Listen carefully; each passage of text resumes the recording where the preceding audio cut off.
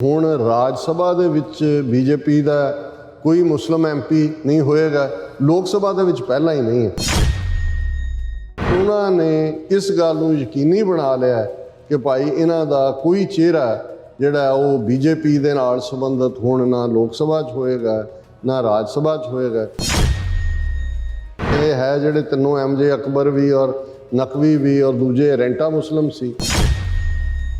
ਜੇ ਤੁਸੀਂ ਆਪਣੇ ਲੋਕਾਂ ਦੇ ਖਿਲਾਫ ਦੁਸ਼ਮਣ ਦੇ ਮੋਹਰੇ ਬਣਦੇ ਹੋ ਤੇ ਉਹ ਵੀ ਤੁਹਾਨੂੰ ਵਰਤ ਕੇ ਜਿਹੜਾ ਹੈ ਟਾਇਲਟ ਪੇਪਰ ਵਾਂਗ ਜਿਹੜਾ ਹੈ ਉਹ ਫਲਸ਼ ਕਰ ਦਿੰਦੇ ਨੇ।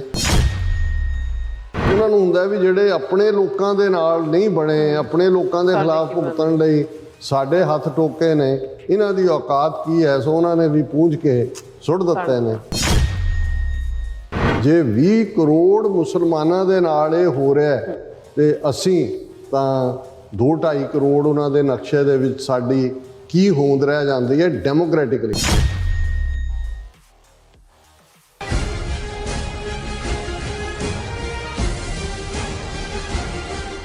ਦਰਸ਼ਕੋ, ਬ੍ਰੇਕ ਤੋਂ ਬਾਅਦ ਆਪਾਂ ਤੁਹਾਨੂੰ ਸਭ ਨੂੰ ਕਹਿੰਦੇ ਹਾਂ। ਸੋ ਗੱਲਬਾਤ ਕਰਾਂਗੇ ਕਿ ਬੀਜੇਪੀ ਨੇ ਭਾਰਤ ਵਿੱਚ ਵਸਦੇ ਮੁਸਲਮਾਨਾਂ ਨੂੰ ਸਿਆਸੀ ਸਿਸਟਮ ਵਿੱਚੋਂ ਲਗਭਗ ਬਾਹਰ ਹੀ ਕੱਢ ਦਿੱਤਾ। ਹੁਣ ਤੱਕ ਰਾਜ ਸਭਾ ਵਿੱਚ ਬੀਜੇਪੀ ਦੇ 3 ਮੁਸਲਮਾਨ ਚਿਹਰੇ MP ਸਨ। ਉਹਨਾਂ ਦਾ ਕਾਰਜਕਾਲ ਮੁੱਕ ਗਿਆ ਹੈ ਅਤੇ ਉਹਨਾਂ ਨੂੰ ਦੁਬਾਰਾ ਨੋਮੀਨੇਟ ਨਹੀਂ ਕੀਤਾ ਗਿਆ। ਸੋ ਲੋਕ ਸਭਾ ਵਿੱਚ ਪਹਿਲਾਂ ਹੀ ਬੀਜੇਪੀ ਵੱਲੋਂ ਕੋਈ ਮੈਂਬਰ ਪਾਰਲੀਮੈਂਟ ਨਹੀਂ ਹੈ। ਸੋ ਭਾਰਤ ਦੇ 20 ਕਰੋੜ ਮੁਸਲਮਾਨਾਂ ਨੂੰ ਬੀਜੇਪੀ ਨੇ ਬਾਹਰ ਦਾ ਜਿਹੜਾ ਰਸਤਾ ਉਹ ਦਿਖਾ ਦਿੱਤਾ ਹੈ। ਸੋ ਇਸ ਬਾਰੇ ਆਪਾਂ ਗੱਲਬਾਤ ਕਰਨ ਜਾ ਰਹੇ ਹਾਂ। ਸੋ ਅਸੀਂ ਚਾਹਾਂਗੇ ਕਿ ਤੁਸੀਂ ਇਸੇ ਤਰ੍ਹਾਂ ਬਣੇ ਰਹਿਣਾ। ਦੇਖਣ ਸੁਣ ਲਿਆ ਲਿਖਣ ਲਈ ਤੁਹਾਡਾ ਸਭ ਦਾ ਬਹੁਤ ਬਹੁਤ ਧੰਨਵਾਦ ਜੀ। ਡਾਕਟਰ ਸਾਹਿਬ ਕੀ ਵਿਚਾਰ ਨੇ? ਦੇਖੋ, ਸੁਬਰਾਮਨੀਅਮ ਸਵਾਮੀ RSS ਦਾ ਆਈਡੀਆਲੋਗ ਹੈ, ਬੜਾ ਸ਼ਤੂੰਗੜਾ, ਸਾਊਥ ਦਾ, ਤਮਿਲਨਾਡੂ ਦਾ ਬ੍ਰਾਹਮਣ। ਬਹੁਤ ਵਾਰ ਸਿੱਖ ਉਸ ਦੀ ਤਾਰੀਫ ਕਰਨ ਲੱਗ ਜਾਂਦੇ ਨੇ ਕਿਉਂਕਿ ਉਹ ਪਿੰਡਾਂ ਵਾਲਿਆਂ ਦੀ ਤਾਰੀਫ ਕਰਦਾ ਹੈ। ਉਹ ਖੁਦ ਆ ਕੇ ਮਿਲਦਾ ਵੀ ਰਿਹਾ ਔਰ ਉਹ ਇੰਦਰਾ ਗਾਂਧੀ ਨੂੰ ਉਹਨੇ ਕਿਹਾ ਸੀ ਵੀ ਤੂੰ ਗਲਤ ਕੀਤਾ ਜੋ ਵੀ ਕੀਤਾ। ਸੋ ਇੰਨੇ ਤਾਂ ਹੀ ਸਿੱਖ ਖੁਸ਼ ਹੋ ਜਾਂਦੇ ਨੇ। ਲੇਕਿਨ ਜੇ ਤੁਸੀਂ ਇਹ ਦੇਖੋ ਵੀ ਜਿਨ੍ਹਾਂ ਨੀਤੀਆਂ ਦੇ ਉੱਤੇ ਉਹ ਬਾਬਰੀ ਮਸਜਿਦ ਦੀ ਹੋਏ, ਯੂਨੀਫਾਰਮ ਸਿਵਲ ਕੋਡ ਦੀ ਹੋਏ, ਕਸ਼ਮੀਰ ਦਾ ਰੁਤਬਾ ਖਤਮ ਕਰਨ ਦੀ ਹੋਏ ਔਰ ਹਿੰਦੂਤਵਾ ਦੇ ਏਜੰਡੇ ਨੂੰ ਖੁੱਲ੍ਹ ਕੇ ਲਾਗੂ ਕਰਨ ਦੀ ਹੋਏ, ਉਹਦਾ ਸਭ ਤੋਂ ਵੱਡਾ ਜਿਹੜਾ ਐਡਵੋਕੇਟ ਰਿਹਾ ਜਾਂ ਉਸ ਦੀ ਐਡਵੋਕੇਸੀ ਖੁੱਲ੍ਹ ਕੇ ਬਹੁਤ ਪਹਿਲਾਂ ਜਦੋਂ ਅਜੇ ਇਹ ਸਟੈਪਸ ਬੀਜੇਪੀ ਨੇ ਲੈਜਿਸਲੇਚਰ ਦੇ ਰਾਹੀਂ ਉਹਨਾਂ ਨੂੰ ਜਿਹੜਾ ਲਾਗੂ ਨਹੀਂ ਸੀ ਕੀਤਾ, ਸੁਬਰਾਮਨੀਅਮ ਸਵਾਮੀ ਜਿਹੜਾ ਹੈ ਉਹ ਪਹਿਲਾਂ ਜਿਹੜਾ ਆਈਡੀਆ ਥਰੋ ਕਰਦਾ ਸੀ। ਔਰ ਇਹ ਹਾਰਵਰਡ ਦੇ ਵਿੱਚ ਸਮਰ ਕਲਾਸਿਸ ਵੀ ਇਕਨੋਮਿਕਸ ਦੀ ਲੈਂਦਾ ਰਿਹਾ ਔਰ ਕੁਝ ਸਾਲ ਪਹਿਲਾਂ, ਸ਼ਾਇਦ 10-12 ਸਾਲ ਪਹਿਲਾਂ, ਇਹਨੇ ਇੱਕ ਇੰਟਰਵਿਊ ਦੇ ਵਿੱਚ ਕਿਹਾ ਕਿ ਮੁਸਲਮਾਨਾਂ ਨੂੰ ਜਿਹੜੀਆਂ 3 ਵੱਡੀਆਂ ਮਸਜਿਦਾਂ, ਮਥੁਰਾ, ਕਾਂਸ਼ੀ ਔਰ ਉਦੋਂ ਬਾਬਰੀ ਮਸਜਿਦ ਦਾ ਤਾਂ ਹੋ ਹੀ ਚੁੱਕਾ ਸੀ, ਔਰ 100 ਦੇ ਕਰੀਬ ਹੋਰ ਮਸਜਿਦਾਂ ਸਾਡੇ ਹਵਾਲੇ ਕਰ ਦੇਣੀਆਂ ਚਾਹੀਦੀਆਂ ਔਰ ਉਹਨਾਂ ਨੂੰ ਕਬੂਲ ਲੈਣਾ ਚਾਹੀਦਾ ਹੈ ਕਿ ਉਹ ਸੈਕੰਡ ਕਲਾਸ ਸਿਟੀਜ਼ਨ ਬਣਨਗੇ। ਹਿੰਦੂ ਰਾਸ਼ਟਰ ਐਲਾਨ ਕਰਨਾ ਚਾਹੀਦਾ, ਭਗਵਾ ਜਿਹੜਾ ਨੈਸ਼ਨਲ ਫਲੈਗ ਹੋਏ। ਔਰ ਜੇ ਮੁਸਲਮਾਨ ਜਿਹੜਾ ਉਹ ਕੋਈ ਅੜੀ ਫੜੀ ਕਰਦੇ ਨੇ ਤੇ ਉਹਨਾਂ ਨੂੰ ਡੀਫਰੈਂਚਾਈਜ਼ ਕਰ ਦੇਣਾ ਚਾਹੀਦਾ। ਡੀਫਰੈਂਚਾਈਜ਼ ਦਾ ਮਤਲਬ ਹੈ ਉਹਨਾਂ ਤੋਂ ਵੋਟ ਦਾ ਹੱਕ ਲੈ ਲੈਣਾ ਚਾਹੀਦਾ ਔਰ ਉਹਨਾਂ ਦੇ ਨਾਲ ਫਿਰ ਜਿਹੜਾ ਹੈ ਉਹ 3rd ਕਲਾਸ ਸਿਟੀਜ਼ਨਸ ਵਾਲਾ ਸਲੂਕ ਕਰਨਾ ਚਾਹੀਦਾ। ਔਰ ਇਹ ਉਸ ਦੇ ਇੰਟਰਵਿਊ ਤੋਂ ਬਾਅਦ ਹਾਰਵਰਡ ਯੂਨੀਵਰਸਿਟੀ ਦੇ ਪ੍ਰੋਫੈਸਰਸ ਨੇ ਜਿਹੜੇ ਜਾਗਰੂਕ ਸੀ, ਸਟੂਡੈਂਟ 'ਚ ਸਿੱਖ ਸਟੂਡੈਂਟ ਵੀ ਸ਼ਾਮਲ ਸੀ, ਇਹ ਪੂਰੀ ਲੌਬੀ ਕੀਤੀ ਕਿ ਕਿਸ ਕਿਸਮ ਦਾ ਰੇਸਿਜ਼ਮ ਔਰ ਕਿਸ ਕਿਸਮ ਦਾ ਇਹ ਏਜੰਡਾ ਦੇ ਰਿਹਾ ਔਰ ਇਸ ਕਿਸਮ ਦਾ ਬੰਦਾ ਹਾਰਵਰਡ 'ਚ ਨਹੀਂ ਇਹਨੂੰ ਪੜ੍ਹਾਉਣ ਦਾ ਮੌਕਾ ਮਿਲਣਾ ਚਾਹੀਦਾ। ਔਰ ਉਸ ਦਾ ਅਗਲੇ ਜਿਹੜਾ ਸੈਸ਼ਨ ਦੇ ਲਈ ਉਹਨੂੰ ਜਿਹੜਾ ਉਹ ਕੈਂਸਲ ਕਰ ਦਿੱਤਾ ਗਿਆ ਸੀ। ਉਸ ਤੋਂ ਬਾਅਦ ਉਹ ਹਾਰਵਰਡ 'ਚ ਨਹੀਂ ਆਇਆ। ਇਹ ਗੱਲ ਉਹਨੇ ਅੱਜ ਤੋਂ 12 ਸਾਲ ਪਹਿਲਾਂ ਕਹੀ। ਪਰ ਹੁਣ ਜੇ ਤੁਸੀਂ ਪ੍ਰੈਕਟੀਕਲੀ ਗਰਾਊਂਡ ਦੇ ਉੱਤੇ ਦੇਖੋ, ਭਾਰਤ ਦੇ ਵਿੱਚ ਹਿੰਦੂਤਵੀਆਂ ਨੇ ਇਸ ਅੰਦਾਜ਼ 'ਚ ਹਿੰਦੂਤਵਾ ਦਾ ਜ਼ਹਿਰ ਫੈਲਾਇਆ ਕਿ ਈਵਨ ਕਾਂਗਰਸ ਜਿਹੜੀ ਆਪਣੇ ਆਪ ਨੂੰ ਸੈਕੂਲਰ ਜਮਾਤ ਕਹਿੰਦੀ ਸੀ ਔਰ ਕਾਂਗਰਸ ਦੇ ਹੁੰਦਿਆਂ ਜ਼ਾਕਿਰ ਹੁਸੈਨ ਵੀ ਪਹਿਲਾ ਪ੍ਰੈਜ਼ੀਡੈਂਟ ਬਣਿਆ। ਕਿੰਨੇ ਲੰਬਾ ਸਮਾਂ ਜਿਹੜਾ ਮੌਲਾਨਾ ਅਬੁਲ ਕਲਾਮ ਆਜ਼ਾਦ, ਨਹਿਰੂ ਦੀ ਪਹਿਲੀ ਕੈਬਨਿਟ ਤੋਂ ਲੈ ਕੇ ਐਜੂਕੇਸ਼ਨ ਮਿਨਿਸਟਰ ਰਿਹਾ। ਇੰਦਰਾ ਗਾਂਧੀ ਨੇ ਫਖਰੂ ਅਲੀ ਅਹਿਮਦ ਨੂੰ ਪ੍ਰੈਜ਼ੀਡੈਂਟ ਬਣਾਇਆ।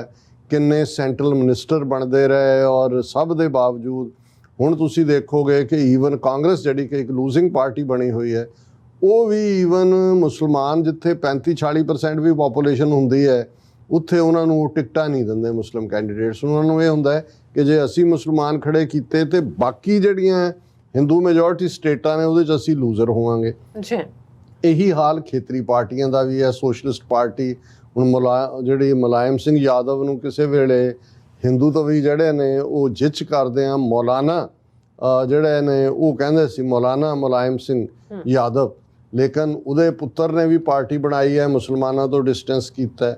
ਲਾਲੂ ਯਾਦਵ ਥੋੜ੍ਹੀ ਬਹੁਤ ਕਰਦਾ, ਉਹਨੂੰ ਜੇਲ੍ਹਾਂ 'ਚ ਉਲਝਾਇਆ ਹੋਇਆ। ਇਹੀ ਪਾਰਟ ਨਿਤੀਸ਼ ਕੁਮਾਰ ਦਾ ਵੀ ਹੈ।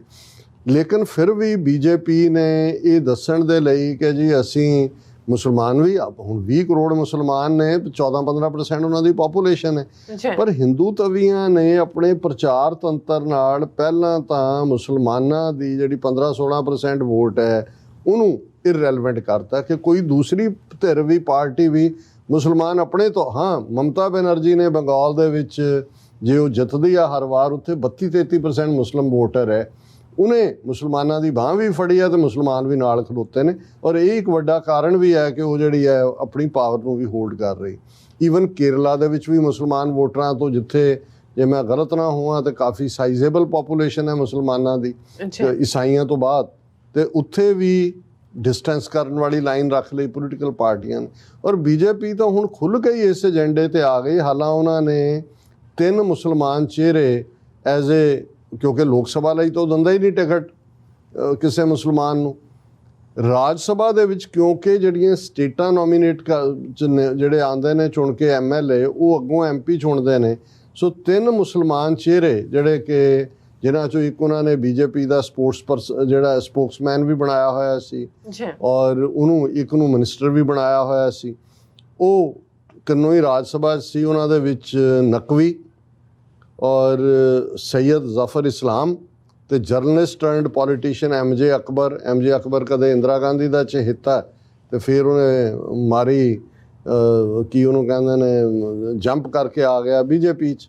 ਹੁਣ ਇਹ ਤਿੰਨੋਂ ਹੀ ਜਿਹੜੇ ਨੇ ਇਹ ਰਾਜ ਸਭਾ ਦੇ ਮੈਂਬਰ ਨੇ, ਔਰ ਇਹਨਾਂ ਤਿੰਨਾਂ ਦੀ ਟਰਮ ਹੀ ਖਤਮ ਹੋ ਰਹੀ ਹੈ। ਰਾਜ ਸਭਾ ਦੀ 6 ਸਾਲ ਦੀ ਟਰਮ ਹੁੰਦੀ ਹੈ, ਔਰ ਉਹਨਾਂ 'ਚ MJ ਅਕਬਰ ਦੀ ਜੁਲਾਈ 'ਚ ਖਤਮ ਹੋਣੀ ਹੈ, ਔਰ ਮਿਸਟਰ ਇਸਲਾਮ ਜਿਹੜਾ ਉਹ ਜੁਲਾਈ 4 ਨੂੰ ਜਾ ਰਹੀ ਹੈ, ਅਕਬਰ 29 ਨੂੰ, ਔਰ ਨਕਵੀ ਜਿਹੜਾ ਹੈ ਉਹ ਜੁਲਾਈ ਦੇ ਵਿੱਚ। ਹੁਣ ਨੋਮੀਨੇਸ਼ਨਸ ਚੱਲ ਰਹੀਆਂ ਜਿੱਥੇ ਜਿੱਥੇ ਬੀਜੇਪੀ ਦੇ ਕੋਲ ਮੈਜੋਰਟੀ ਹੈ। ਇਹ ਹੁਣ ਇਹਨਾਂ ਤਿੰਨਾਂ ਨੂੰ ਨਾ ਤਾਂ ਦੁਬਾਰਾ ਨੋਮੀਨੇਟ ਕੀਤਾ, ਨਾ ਹੀ ਇਹਨਾਂ ਦੀ ਥਾਂ 'ਤੇ ਕਿਸੇ ਹੋਰ ਮੁਸਲਮਾਨ ਨੂੰ ਨੋਮੀਨੇਟ ਕੀਤਾ। ਸੋ ਜ਼ਾਹਰਾ ਤੌਰ ਦੇ ਉੱਤੇ ਹੁਣ ਰਾਜ ਸਭਾ ਦੇ ਵਿੱਚ ਬੀਜੇਪੀ ਦਾ ਕੋਈ ਮੁਸਲਿਮ MP ਨਹੀਂ ਹੋਏਗਾ। ਲੋਕ ਸਭਾ ਦੇ ਵਿੱਚ ਪਹਿਲਾਂ ਹੀ ਨਹੀਂ ਹੈ। ਹੁਣ ਇਹ ਹੈ ਟੋਟਲ ਡੀ-ਫਰੈਂਚਾਈਜ਼ੇਸ਼ਨ ਜੋ ਸੁਬਰਾਮਨੀਅਮ ਸਵਾਮੀ ਨੇ ਕਦੇ ਸੁਜੈਸਟ ਕੀਤਾ ਸੀ ਵੀ ਇਹਨਾਂ ਤੋਂ ਖੋਹ ਲਓ। ਵੋਟ ਤਾਂ ਨਹੀਂ ਖੋਹ ਸਕੇ ਅਜੇ, ਉਹ ਵੀ ਖੋਹ ਲੈਣਗੇ ਜਦੋਂ ਹਿੰਦੂ ਰਾਸ਼ਟਰ ਐਲਾਨ ਦਿੱਤਾ। ਪਰ ਉਹਨਾਂ ਨੇ ਇਸ ਗੱਲ ਨੂੰ ਯਕੀਨੀ ਬਣਾ ਲਿਆ ਕਿ ਭਾਈ ਇਹਨਾਂ ਦਾ ਕੋਈ ਚਿਹਰਾ ਜਿਹੜਾ ਉਹ ਬੀਜੇਪੀ ਦੇ ਨਾਲ ਸੰਬੰਧਿਤ ਹੁਣ ਨਾ ਲੋਕ ਸਭਾ 'ਚ ਹੋਏਗਾ ਨਾ ਰਾਜ ਸਭਾ 'ਚ ਹੋਏਗਾ। ਸੋ ਘੱਟੋ ਘੱਟ ਜਿਵੇਂ ਅਸੀਂ ਰੈਂਟਾ ਸਿੱਖਾਂ ਦੀ ਗੱਲ ਕਰਦੇ ਹਾਂ, ਇਹ ਹੈ ਜਿਹੜੇ ਤਿੰਨੋਂ MJ ਅਕਬਰ ਵੀ ਔਰ ਨਕਵੀ ਵੀ ਔਰ ਦੂਜੇ ਰੈਂਟਾ ਮੁਸਲਿਮ ਸੀ ਕਿ ਇਹ ਦੇਖੋ ਵੀ ਜਿਹੜਾ ਦੁਸ਼ਮਣ, ਜੇ ਤੁਸੀਂ ਆਪਣੇ ਲੋਕਾਂ ਦੇ ਖਿਲਾਫ ਦੁਸ਼ਮਣ ਦੇ ਮੋਹਰੇ ਬਣਦੇ ਹੋ ਤੇ ਉਹ ਵੀ ਤੁਹਾਨੂੰ ਵਰਤ ਕੇ ਜਿਹੜਾ ਹੈ ਟਾਇਲਟ ਪੇਪਰ ਵਾਂਗ ਜਿਹੜਾ ਹੈ ਉਹ ਫਲਸ਼ ਕਰ ਦਿੰਦੇ ਨੇ। ਉਹਨਾਂ ਨੂੰ ਹੁੰਦਾ ਵੀ ਜਿਹੜੇ ਆਪਣੇ ਲੋਕਾਂ ਦੇ ਨਾਲ ਨਹੀਂ ਬਣੇ, ਆਪਣੇ ਲੋਕਾਂ ਦੇ ਖਿਲਾਫ ਭੁਗਤਣ ਲਈ ਸਾਡੇ ਹੱਥ ਟੋਕੇ ਨੇ, ਇਹਨਾਂ ਦੀ ਔਕਾਤ ਕੀ ਹੈ। ਸੋ ਉਹਨਾਂ ਨੇ ਵੀ ਪੂੰਝ ਕੇ ਸੁੱਟ ਦਿੱਤੇ ਨੇ। ਇਹ ਹਕੀਕਤ ਹੈ ਔਰ ਇਹ ਸਿੱਖਾਂ ਨੂੰ ਇਹ ਦੇਖਣਾ ਹੋਏਗਾ ਜੇ 20 ਕਰੋੜ ਮੁਸਲਮਾਨਾਂ ਦੇ ਨਾਲ ਇਹ ਹੋ ਰਿਹਾ ਤੇ ਅਸੀਂ ਤਾਂ 2-2.5 ਕਰੋੜ ਉਹਨਾਂ ਦੇ ਨਕਸ਼ੇ ਦੇ ਵਿੱਚ ਸਾਡੀ ਕੀ ਹੋਂਦ ਰਹਿ ਜਾਂਦੀ ਹੈ ਡੈਮੋਕ੍ਰੈਟਿਕਲੀ। ਹਾਂ, ਡੰਡਾ ਸਾਡੇ ਕੋਲ ਹੈ ਤੇ ਡੰਡੇ ਤੋਂ ਬਿਨਾਂ ਗੱਲ ਬਣਨੀ ਨਹੀਂ ਹੈ। ਇਹੀ ਸਾਡੀ ਹੋਂਦ ਹੈ। ਜਿੱਦਣ ਤੱਕ ਅਸੀਂ ਗੁਰੂ ਦੇ ਦੱਸੇ ਰਸਤੇ ਦੇ ਉੱਤੇ ਚੱਲਦੇ ਹਾਂ, ਚੈਲੰਜ ਵੀ ਔਰ ਇਸ ਨੂੰ ਮੰਨ ਕੇ ਵੀ ਕਿ ਕਉ ਕਿਸੇ ਕੋ ਰਾਜ ਨਾ ਦੇ ਹੈ ਜੋ ਲੈ ਹੈ ਨਿਜ ਬਲ ਸੇ ਲੈ, ਸਾਡੀ ਅਮੰਨਾ ਰਹੇਗੀ, ਸਾਡਾ ਫੇਥ ਰਹੇਗਾ। ਅਸੀਂ ਦੁਸ਼ਮਣ ਨੂੰ ਪਹਿਲਾਂ ਵੀ ਅੱਗੇ ਲਾਇਆ 4 ਸਦੀਆਂ ਤਾਂ ਇਤਿਹਾਸ ਇਸ ਗੱਲ ਦੀ ਗਵਾਹੀ ਹੈ ਤੇ ਇਹਨਾਂ ਨੂੰ ਵੀ ਅਸੀਂ ਅੱਗੇ ਲਾਵਾਂਗੇ। ਇਸ ਬਾਰੇ ਕੋਈ ਸ਼ੱਕ ਸ਼ੁਬਾ ਨਹੀਂ ਹੋਣਾ। ਜੀ ਡਾਕਟਰ ਸਾਹਿਬ ਤੁਹਾਡਾ ਬਹੁਤ ਬਹੁਤ ਧੰਨਵਾਦ। ਸੋ ਇੱਥੇ ਲੈਣੇ ਬ੍ਰੇਕ। ਵਿਊਅਰਸ ਤੁਸੀਂ ਕਿਤੇ ਨਹੀਂ ਜਾਣਾ, ਮਿਲਦੇ ਹਾਂ ਆਫਟਰ ਦਿਸ ਸ਼ਾਰਟ ਬ੍ਰੇਕ।